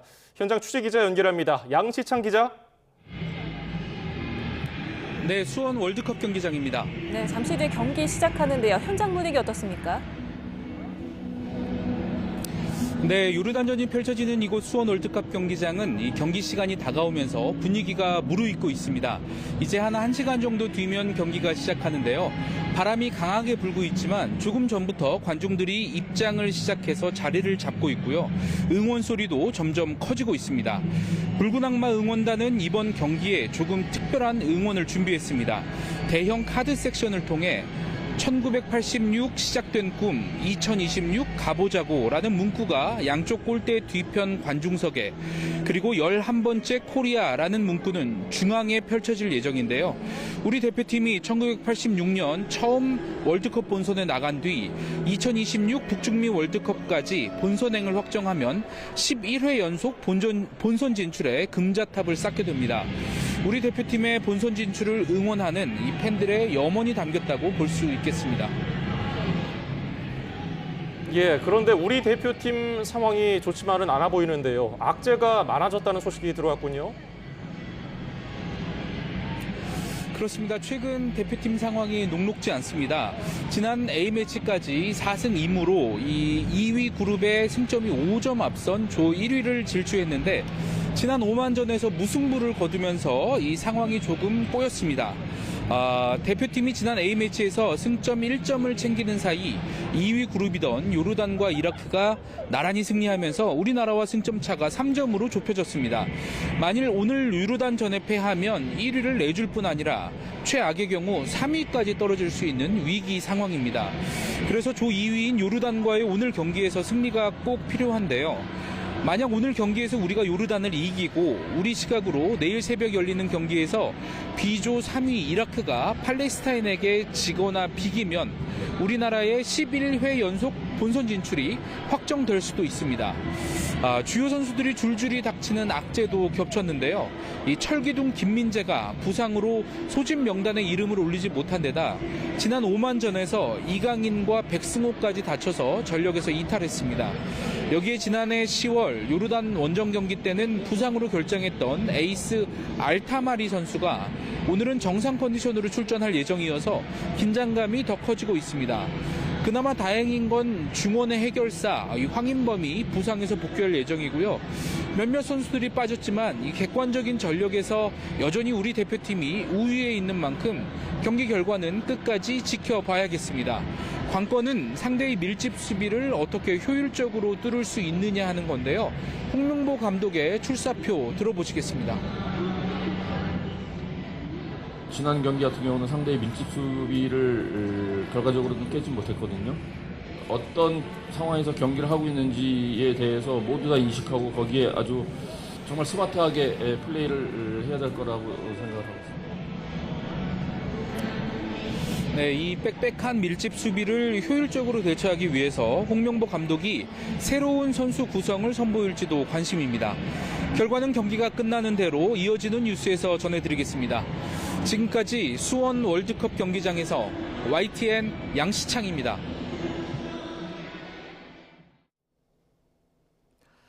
황사의 중국발 승모까지 말썽을 부리고 있습니다. 여전히 대부분 지역의 미세먼지와 초미세먼지 농도 모두 짙게 나타나고 있는데요. 내일 오후까지는 이렇게 공기가 탁한 곳이 많겠습니다. 또 동쪽 지역을 중심으로 건조특보가 발효 중인 가운데 바람도 강하게 불고 있는데요. 내일부터 바람은 다소 잦아들지만 맑은 날씨 속에 건조함은 더욱 심해지겠습니다.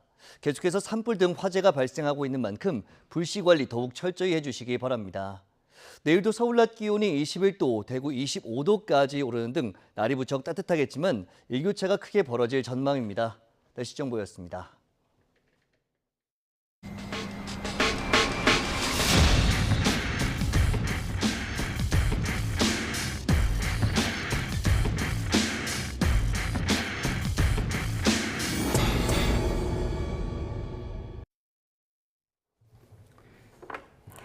울산 울주 온양읍에서 산불이 나흘째 이어지는 가운데 언양읍에서도 산불이 났습니다. 산불 현장이 두 곳으로 나뉘면서 진화에 애를 먹고 있습니다. 현장 취재 기자를 연결합니다. 오태인 기자.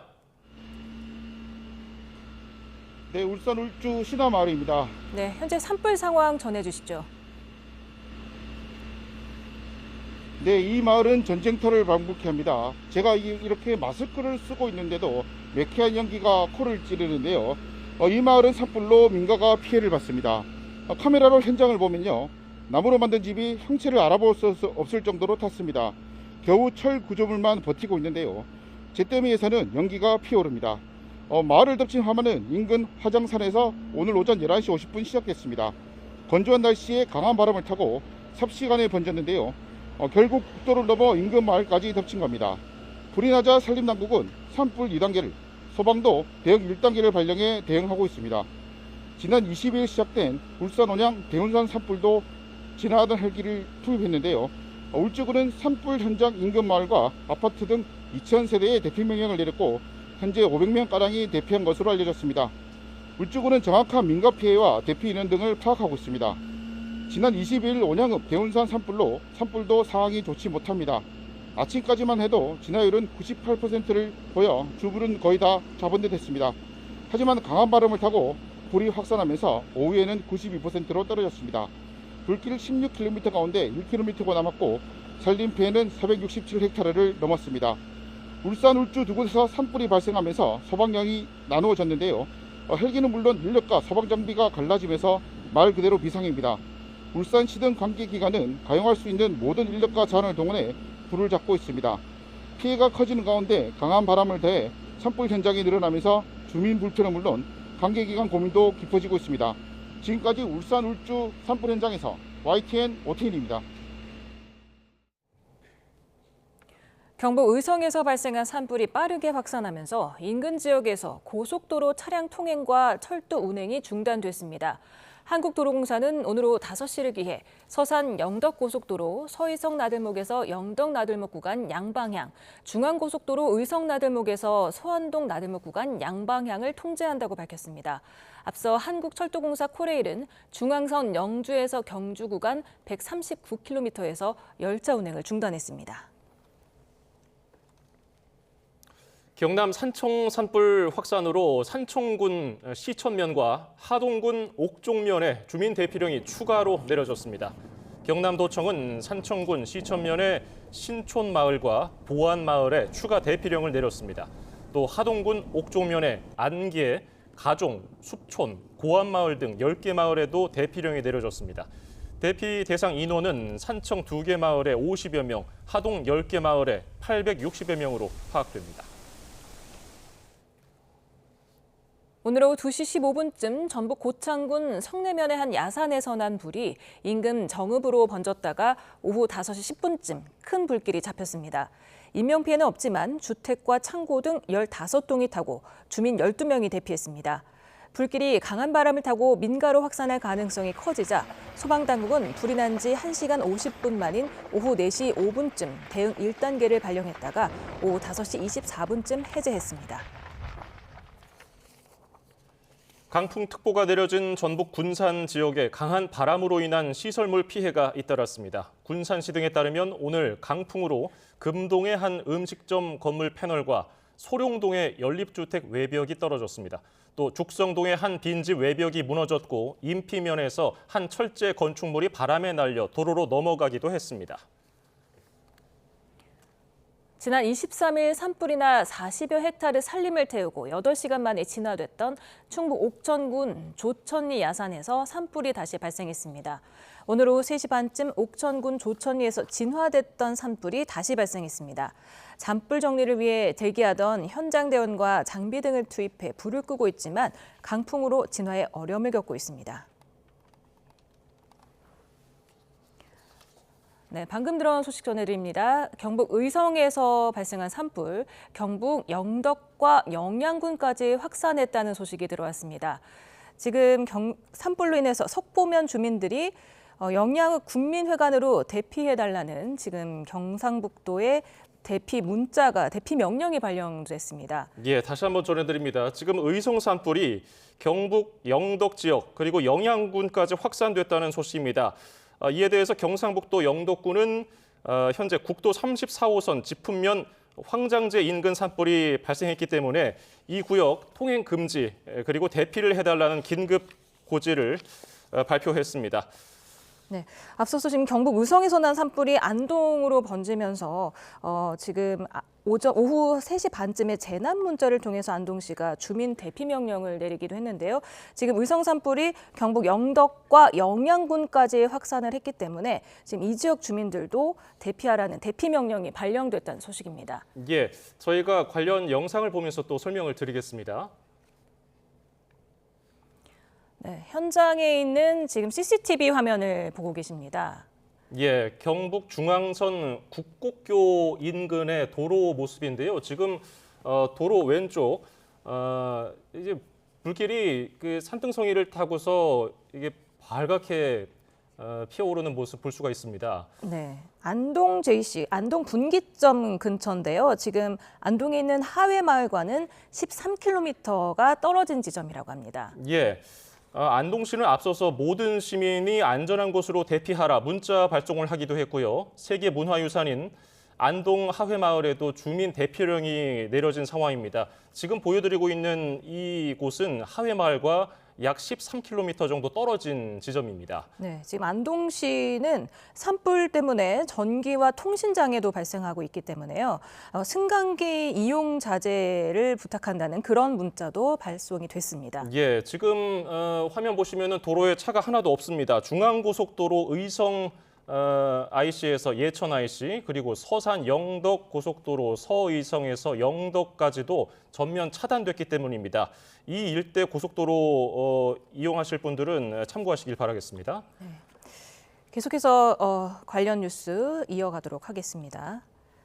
네, 강풍과 건조, 고온의 삼중고가 갈수록 심해지면서 전국의 산불 위기 경보가 가장 높은 심각 단계로 격상됐습니다. 진화를 도울 비는 모레 내릴 것으로 예상이 되는데 양은 많지 않아도 그야말로 오아시스 같은 단비가 될 것으로 보입니다. 김민경 기자입니다.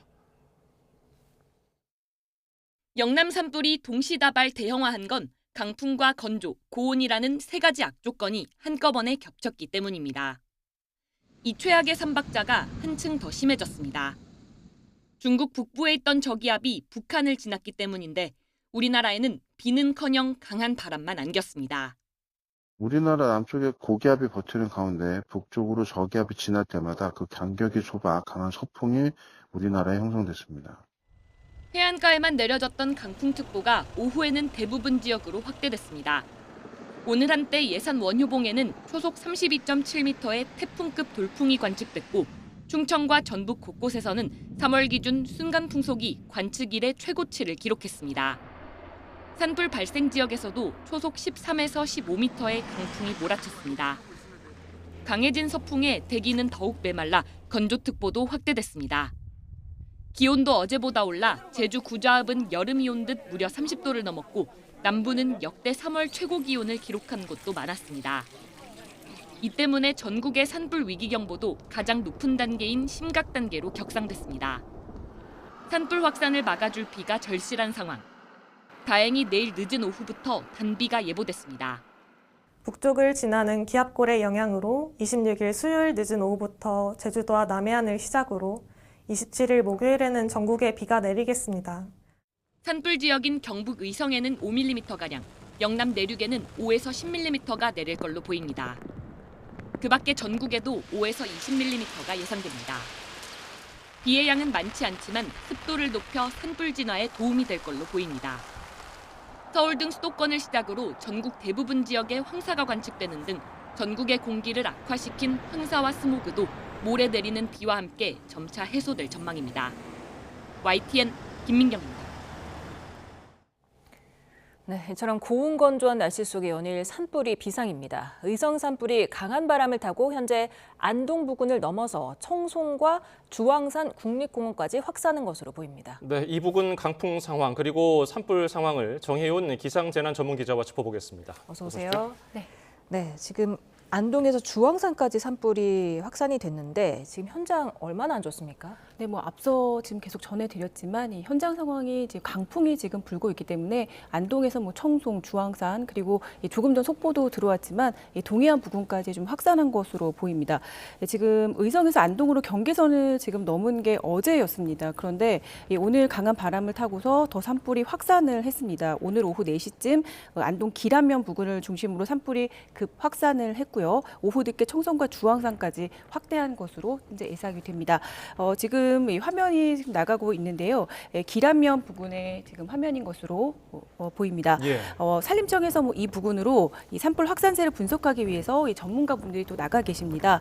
이 앞이 지금 보이지 않고 바람이 지금 무척 강하게 불고 있죠. 시야 확보가 제대로 되지 않고 있는데 이렇게 시야가 확보가 되지 않은 상황인 것은 이 수간화라고 해서 나무 위로 불이 타고 오르면서 빠르게 확산하는 그런 현상들이 지금 나타나고 있습니다. 영남 지방을 중심으로 이 불기둥, 열기둥이 나타나고 있는데 이때 연기가 굉장히 많이 나고 이 연기가 연무랑 섞이면서 시야가 저렇게 지금 뿌연 상태가 계속 나타나고 있는 겁니다. 현장에 계신 이 산림과학원 박사님 인터뷰를 한번 들어보시죠. 강한 바람으로 인해서 수관화가 발생하고 비화가 발생하면서 불똥을 여기저기 옮겨 다니고 또다시 비화가 발생하고 수관화가 발생하고 또 비화가 발생하는 이런 현상들이 계속 반복이 되고 있는 상황이에요. 예, 지금 의성 지역 산불 전체 면적이 이미 역대급이라고요? 네, 맞습니다. 지금 이미 이렇게 전체적으로 이제 지역 경계선을 넘어서 이 산불이 확산하면서 이미 역대급의 그런 기록을 남기고 있는 상황입니다. 예. 잠시 산불 상황도 보시면서 좀 설명을 해드리겠습니다. 예. 네, 지금 보시면 이 의성 지역의 이 산불 상황도입니다. 지금 노란색 지역이 이 산불이 진화된 곳이고 이 붉은색으로 나타난 지역이 아직 불길이 남아 있는 곳입니다. 어제 강풍에 이 불티가 이 도깨비불처럼 이 날아가서 경계선을 지금 넘어선 상황인데요. 지금 보시면 이 파란색으로 나타난 지역이 발화가 시작된 지점이고요. 현재 화선의 길이가 전체적으로 보면은 지금 200km를 넘어선 상황입니다. 그리고 남아 있는 잔여 화선이 지금 현재 한 87km 정도 된 것으로 예상이 되고 있습니다. 그리고 문제가 된 이 경계선을 넘어선 지역이 지금 이 부근인데요. 이 오른쪽이 지금 안동 부근입니다. 예. 네, 이 부근에서 불티가 한 10초 내에 1km를 넘어서면서 안동 경계선을 넘어선 상황이거든요. 그런데 어제부터 이 지역에 바람을 타고 더 확산을 하면서 지금 청송을 넘어서 주황산 부근까지 지금 경계를 넘어서 확산을 하고 있는 상황인 겁니다. 그런데 지금 보시면 산불 범위가 굉장히 지금 광범위한 상황이거든요. 예. 영향 면적 넓이가 지금 무려 10,000헥타르를 넘고 있는 상황입니다. 그런데 이 산림청에서 보통 이 산불이 났을 때 이 피해 면적이 100헥타르를 넘을 것이다 이렇게 예상이 되면 보통 대형 산불이 발생할 것으로 예상을 하고 산불 3단계를 발령을 합니다. 예. 그런데 지금 말씀드린 것처럼 이 10,000헥타르를 넘고 있는 상황이기 때문에 이 기준에 이미 10배에 달하는 수준이거든요. 이렇게 되면 진화에 더 어려움을 겪을 수밖에 없습니다. 네, 지금 보고 계신 화면이 경북 의성 부근에 있는 실시간 상황입니다. 네네네. 지금 아직도 저렇게 불씨길이 꺼지질 않고 계속해서 지금 번지고 보시면 있는 모습이죠. 네, 바람이 지금 무척 강한 상황이잖아요. 예. 지금 보시면 나무 위로 이 불길이 계속 치솟고 있는 게 보이시죠? 이 지역에 이제 소나무 지역인데다가 바람이 강하기 때문에 이 불길이 아래에서부터 위로 순차적으로 올라가는 게 아니라 나무 위에서 위로 이 수간화 현상이 지금 계속해서 나타나고 있는 상황인 예. 겁니다. 이렇게 되면은 이 불길이 더 빠르게 확산할 수밖에 없고요. 지금 보시면 이 불길이 그냥 위에서 위로 확산을 하면서 더 빠르게 지역에서 지역으로 더 경계를 넘어서 더 빨리 확산을 하고 있는 걸 보실 수가 있습니다. 예. 네. 지금 저희가 보여드리고 있는 모습, 경북 의성군 안평면 화면인데요. 이게 지금 위험한 것이 발생한 날짜를 보면은 벌써 22일 오전 11시경에 발생한 산불이거든요. 지금 벌써 산불이 4일째 지금 네, 맞습니다. 계속해서 이어지고 네네. 있고 산불도 3단계가 네. 여전히 발령 중인 상황인 거잖아요. 네, 맞습니다. 예, 지금 의성 산불 현장에서는 이제 솟구치는 열기둥까지 포착됐다고 하더라고요. 네, 맞습니다. 지금 이 보시는 이 수간화 현상이 나타나다가 이 수간화 현상에서 더 이제 상승 기류가 심해지면은 열기둥이 포착이 됩니다. 그래서 이 열기둥이 이 상승 기류를 통해서 그 정말 하늘 위로 솟구치듯이 이 어제 의성 지역에서 나타났는데 이 열기둥이 나타나다가 그다음에 비화 현상이 발생을 하거든요. 예. 비화 현상 때문에 지금 경계를 넘어서 의성에서 안동 지역 그리고 안동에서 청송까지도 지금 산불이 확산한 상황인데 이렇게 비화 현상이 나타나게 되면은 이 바람을 타고 이 불티가 2km 이상 날아가게 되고 또 해외 사례를 보면은 35km까지도 이 불티가 날아간 사례도 있습니다. 지금 같은 경우는 이 비화 현상 때문에 이 산불이 더 빠르게 지금 확산을 하고 있는 상황입니다. 네. 예. 지금 이미 의성 산불이 역대 기록 중에 3위에 해당한다면서요? 네, 맞습니다. 이번 의성 산불의 경우는 이 산불 이 피해 면적, 그러니까 아직까지는 영향 면적이라고 하는데 이 영향 면적이 이 10,000헥타르를 넘어선 상황인데요. 여의도 면적으로 보면은 이 43배, 그러니까 43배 의 수준까지 늘어서 역대 3위를 좀 기록을 하고 있습니다. 이 분석 자료를 보면은 1위가 지금 2000년 동해안 산불이 20,000헥타르를 넘으면서 1위 수준이고요. 그리고 2022년 경북 울진에서 삼척까지 확대했던 2022년 산불이 16,000헥타르를 넘어서면서 그 2위를 기록을 하고 있습니다. 그리고 지금 이 역대 3위, 그러니까 의성 산불이죠. 이 산불이 지금 역대 3위 정도인데 지금 계속해서 지금 면적이 늘어나고 있는 상황이기 때문에 앞으로 역대 2위 수준까지 올라갈 가능성도 있는 상황입니다. 예, 지금 의성 산불 역대 피해 3위에 해당하는 지역인데 지금 3단계 산불 3단계로 지금 4일째 산불이 꺼지지 않고 있고요. 유독 영남 지방에 집중되고 있는 모습인데 어떻게 분석되고 있습니까? 네, 우선 최근 우리나라 기압 배치를 보면은 남고 북저의 기압 배치가 나타났습니다. 예. 남서풍이 좀 강하게 한반도 쪽으로 유입이 됐고요. 이 산맥을 넘어가면서 이 동쪽 지방 쪽으로 이 강한 바람을 좀 불어넣었습니다. 그러니까 고온의 바람이 유입이 됐는데 이 영동 지방의 경우는 그동안 눈이 좀 많이 내리면서 약간의 그 단비 효과, 눈이 내리면서 좀 효과가 좀 있었고 영남 지방은 강수가 거의 없었던 상황입니다. 예. 이 대형 산불이 내렸던 좀 의성과 산청 지역의 좀 겨울철 강수량을 좀 살펴봤더니 2월 값을 보면은 평년에 한 20% 정도였고요. 1월에는 산청은 한 5% 정도 평년에, 그리고 산청 같은 경우는 1월에 겨우 한 1.3mm 정도의 비만 내렸습니다. 거의 비가 안 내렸다고 봐야 되고요. 예. 이 대형 산불의 경우에는 지금 3년 만에 대형 산불이 발생한 거거든요. 그러니까 지금 같은 경우는 이 고온의 날씨가 지속된 데다가 바람까지 지금 강하게 불었고요. 또 탈 만한 재료가 지금 현재 가장 많이 쌓여 있는 상황입니다. 예. 그러니까 지금처럼 불씨만 던져진다고 하면은 불이 이렇게 크게 날 수 있는 그런 환경이 갖춰져 있는 상황입니다. 그리고 아까 말씀드렸지만 이 의성 지역 같은 경우는 이 소나무가 지금 있는 상태인데 이 소나무 같은 경우에는 이 송진, 끈적끈적한 이 송진이 나오잖아요. 예. 그런데 이 송진 같은 경우는 열을 보통 한 1.2배 가량 더 내는 특성이 있고, 그리고 또 불이 지속하는 시간도 다른 나무에 비해서 한 2.4배 가량 더 길게 나타나면서 이 불똥이 보통 더 잘 만들어지는 그런 특징을 갖고 있습니다. 네, 지금 경북 의성의 대형 산불이 확산하면서 천년사찰, 고운사 전각이 모두 타버렸다는 소식도 앞서 전해드렸는데요. 예. 인근 지역에서 산불을 직접 목격한 제보자를 연결해서 현장 상황을 좀 들어보겠습니다. 강인숙 선생님 전화 연결되어 계십니까? 네, 안녕하세요. 네, 지금 계신 곳이 어딘가요? 의성군 점곡면 유남 3동입니다. 예, 지금 어디 뭐 마을회관이라든지 어디 함께 모여 계십니까? 아니요, 그거는 아직 현재는 아닌데 저희는 어제 위급한 상황을 넘겼습니다. 예. 지금 네. 목격을 하셨다고 했는데 어땠습니까, 당시에? 지금 고운사에서 탄 불이 이쪽 점곡 면사무소 뒤쪽 산으로 해서 넘어서 바로 그 동변 쪽으로 넘어가지고요. 예. 그 옆산으로다가 갑자기 확 가가지고 지금 타고 있습니다. 예, 지금 바람이 많이 불고 있는 상황입니까? 태풍급입니다, 거의. 아하. 네, 네, 지금도 있으면 막 휘청거릴 정도입니다.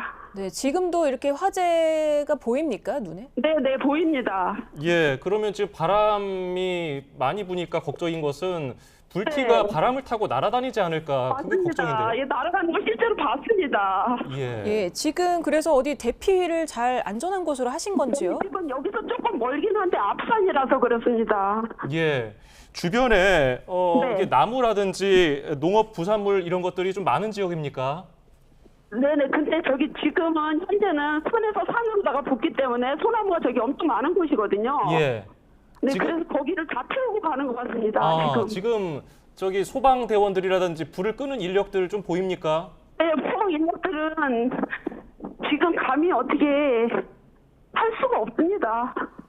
네, 지금 완전히 산 꼭대기에서 타고 있고 또 내려오고 있어서 내려오는 거를 저희 끄는 걸로 알고 있습니다. 예. 지금 저희가 현장 화면을 이제 실시간으로 CCTV를 통해서 보여드리고 있습니다. 지금 많이 네. 어두워진 듯한 모습인데요. 네, 맞습니다. 깜깜합니다, 지금. 깜깜한데 불이 더 잘 보이죠, 그러니까. 예. 해당 지역에 지금 계신 곳 한 몇 분 정도가 지금 계신 줄 알 수 있을까요? 어제 큰 건 거기 앞에서 찍었습니다. 그 앞동네입니다. 예. 네. 지금 냄새도 많이 나겠어요. 맞을 겁니다. 네. 네, 매캐한 냄새가 좀 많이 나죠? 엄청 많습니다. 예. 좀 부상을 입었다든지 피해를 입은 분들 얘기도 좀 들으셨습니까? 아직 현재는 저희 동네에는 없습니다. 예. 네, 지금 연기도 많이 날 텐데요. 혹시 네. 마스크 착용하고 계신지요? 예. 마스크 하고 있으니까 새카매집니다, 금방. 예. 감기 때문이기도 하고요. 예, 지금 뭐 경황이 없으시겠지만은 어림잡아 봤을 때 한 어느 정도 면적이 지금 불길에 지금 피해를 보고 있습니까?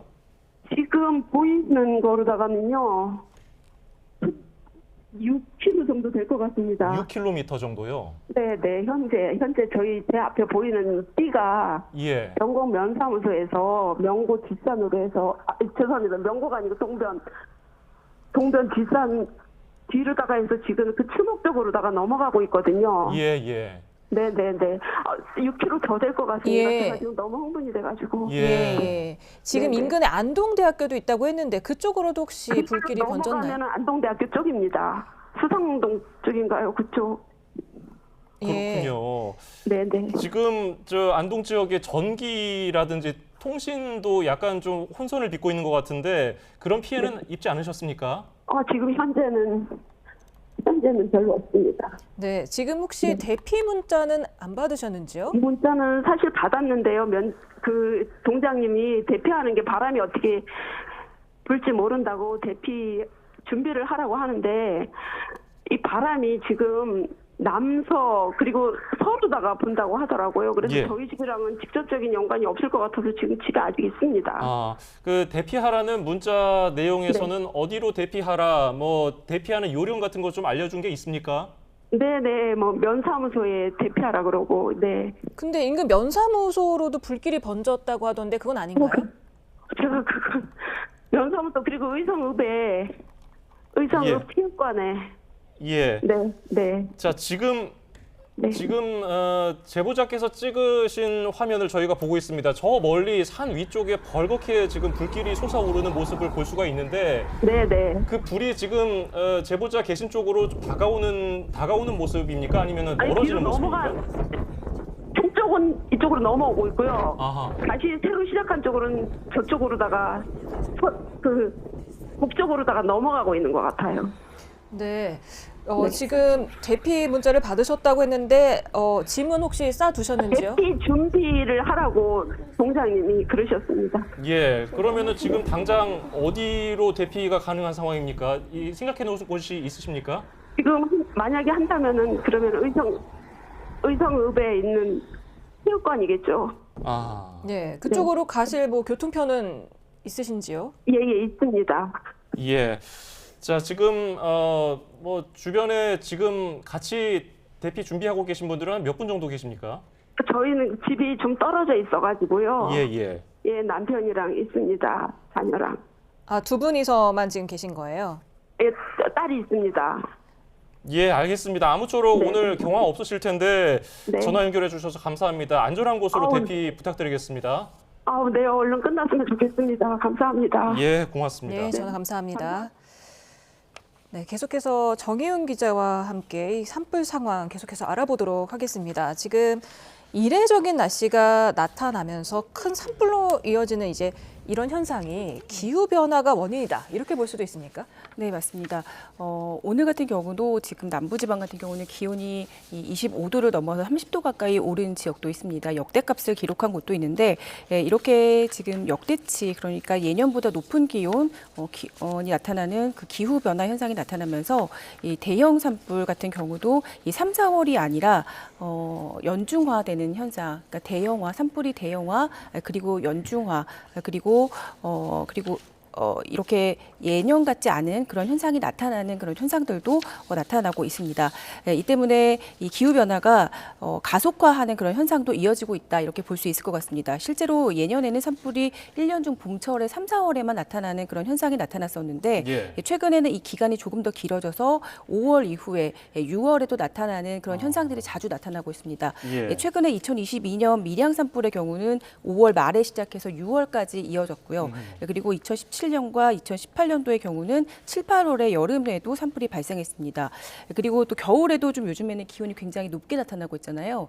이 때문에 12월과 1월에도 산불 발생 건수가 늘고 있는데 최근 조사에 의하면 2010년도에 52건에서 최근 5년 사이에는 75건으로 겨울 산불도 증가했습니다. 이렇게 보면 산불이 뭐 봄철에만 나타나는 게 아니라 연중 계속되고 있다 이렇게 볼 수가 있겠죠.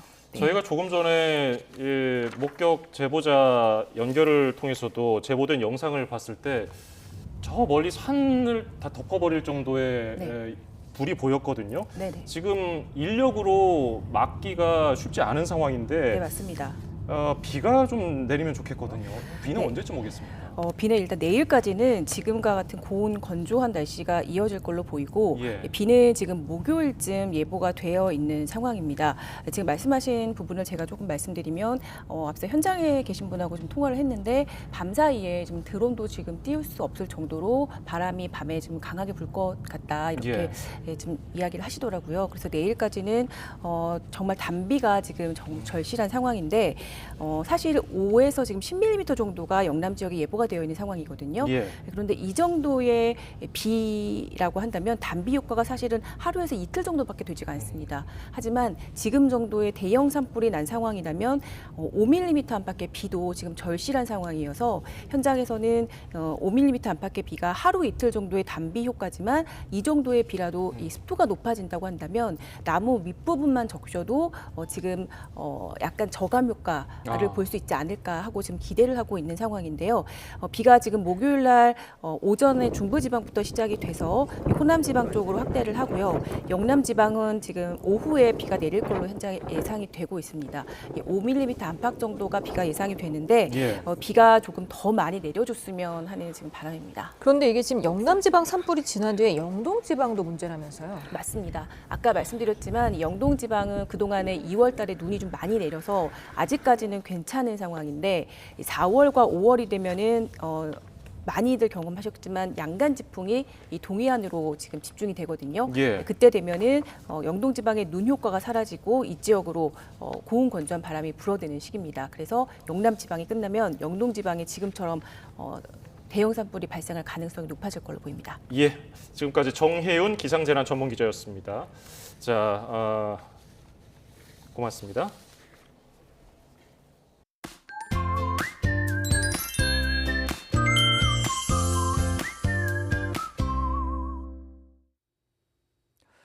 내일도 고온 현상이 이어지며 계절이 한 달 이상을 앞서가겠습니다. 네, 서울 낮 기온이 21도, 광주와 대구가 25도까지 오르겠고 따뜻함을 넘어 덥게도 느껴지겠습니다. 다만 계속해서 일교차가 크게 벌어집니다. 외출하시는 분들은 이 점 염두에 두고 옷차림하시기 바랍니다. 또 내일도 전국적으로 오후까지 미세먼지 농도가 매우 짙게 나타나겠고 중서부와 경북은 초미세먼지 농도도 나쁨 수준을 보이겠습니다. 한편 내일도 내륙은 대체로 맑은 하늘이 함께하면서 대기가 무척 건조하겠습니다. 네, 이렇게 극심한 건조함 속에 산불 등 화재가 많이 발생하고 있어 단비가 무척 기다려지는데요. 다행히 모레부터는 전국에 단비가 내리죠. 네, 맞습니다. 내일 늦은 오후에 제주도를 시작으로 밤에는 남해안에 비가 오겠고요. 북서쪽에서 비구름이 유입되면서 모레 새벽에는 중서부 지방으로, 이후 점차 그 밖에 강원과 남부 지방으로 비가 확대되겠습니다. 비의 양은 제주도에 최고 30mm, 다른 지역은 5에서 20mm로 많지 않습니다. 그래도 산불을 억제하고 진화하는 데는 도움이 될 것으로 전망됩니다. 날씨 캔버스의 원희다. 김수현이었습니다. 네, 뉴스를 마칩니다. 네, 시청해주신 여러분 고맙습니다.